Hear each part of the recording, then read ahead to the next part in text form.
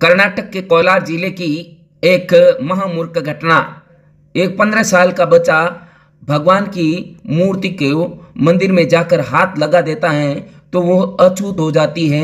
ये एक बहुत ही अचंभित करने वाली घटना है। नमस्कार, मैं हूं सुमेर राजस्थानी। जी हां, कर्नाटक कोलार जिला, जहां 15 साल का एक दलित बच्चे ने मंदिर में रखी मूर्ति को हाथ क्या लगा दिया, वहां के ब्राह्मण पुजारियों ने उस पर 60,000 रुपए का जुर्माना लगा दिया। इसके बाद परिवार ने घर में रखी देवी देवताओं की मूर्तियों को बाहर फेंककर बाबा साहब भीमराव अंबेडकर और तथागत बुद्ध की मूर्ति को स्थापित किया। आज भारत देश आजाद हुए ने 70 साल हो गए हैं लगभग, फिर भी इस देश के अंदर ये छुआछूत की भावना कब जाएगी? एजुकेशन कितना भी बढ़ा लो, लेकिन हजारों सालों से लोगों के अंदर ये भावना घर कर गई है।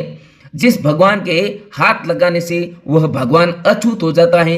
क्या भगवान छुआछूत करता है? क्या भगवान भेदभाव करता है? क्या भगवान भेदभाव करने की भावना को सिखाता है? क्या भगवान जाति और अलग अलग जाति के अलग अलग निशान करके भेजता है? ये मनुष्य का किया हुआ कृत्य है जो एक कुछ लोगों ने किया है। ये पाखंड फैलाने वाला कोई भगवान नहीं, इंसान ही है। जो मूर्ख बुद्धि के लोग होते हैं, जो ये भावनाएं हजारों सालों से लोगों के अंदर डाल दी गई है कि हम भगवान के पुजारी हैं। क्या भगवान ने आपको पैदा नहीं किया? आप भगवान की संतान नहीं हो? तो फिर ये भगवान के एक विशेष जाति के लोगों के भगवान के हाथ लगाने से वो अगर अछूत हो जाता है तो वहां मंदिरों में जाते ही क्यों हो? क्यों हाथ लगाते हो? क्यों उनके पैसे चढ़ाते हो? उनका तो ये धंधा है मेरे भाई। जितना रोकोगे उतना ही विरोध होता है। उसी प्रकार आप जितने ज्यादा जाओगे उतना वो ज्यादा विरोध करेंगे, उतना ही आप ज्यादा जाओगे। मेरा किसी जाति धर्म से कोई विरोध नहीं है। हर पढ़े लिखे इंसान का कर्तव्य है कि उसकी भावनाओं का ख्याल रखें। कोई पाखंडी अगर कोई किताब में अंधविश्वास की बात लिखते हैं तो उसकी वो आस्था होती है, उसकी भावनाएं होती है, और जो कोई इसका विरोध करते हैं तो उनकी भावनाओं आहत हो जाती है। क्या नीची जातों की भावनाएं आहत नहीं होती हैं? आपने जिस मूर्ति के हाथ लगाने से वह अछूत हो गया और 60,000 रुपए का जुर्माना लगा दिया, क्या उनकी भावनाएं आहत नहीं हुई?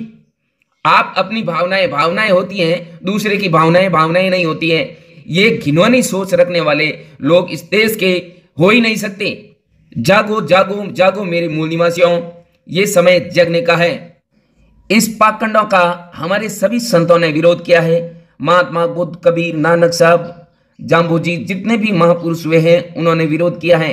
वो कहते हैं कि माटी का एक नाग बनाया पूजे लोग लुगाई, सच्चा नाग जद बाहर निकले ले लाठी घमकाई रे, या दुनिया उल्टी रीत चलाई। जीवते माँ बाप ने रोटी नहीं देवे, मरियों पच्चे पिस्ताई, मुट्ठी भर चावल लेने कागले को बाप बनाई, अरे या दुनिया उल्टी रीत चलाई।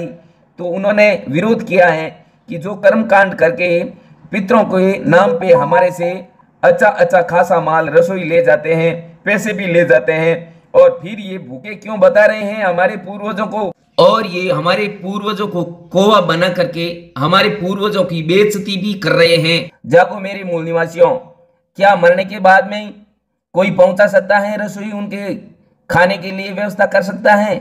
ये पाखंड नहीं तो और क्या है मेरे भाई। पाखंड से बाहर निकलो और अपने समाज और अपने देश को बचाओ।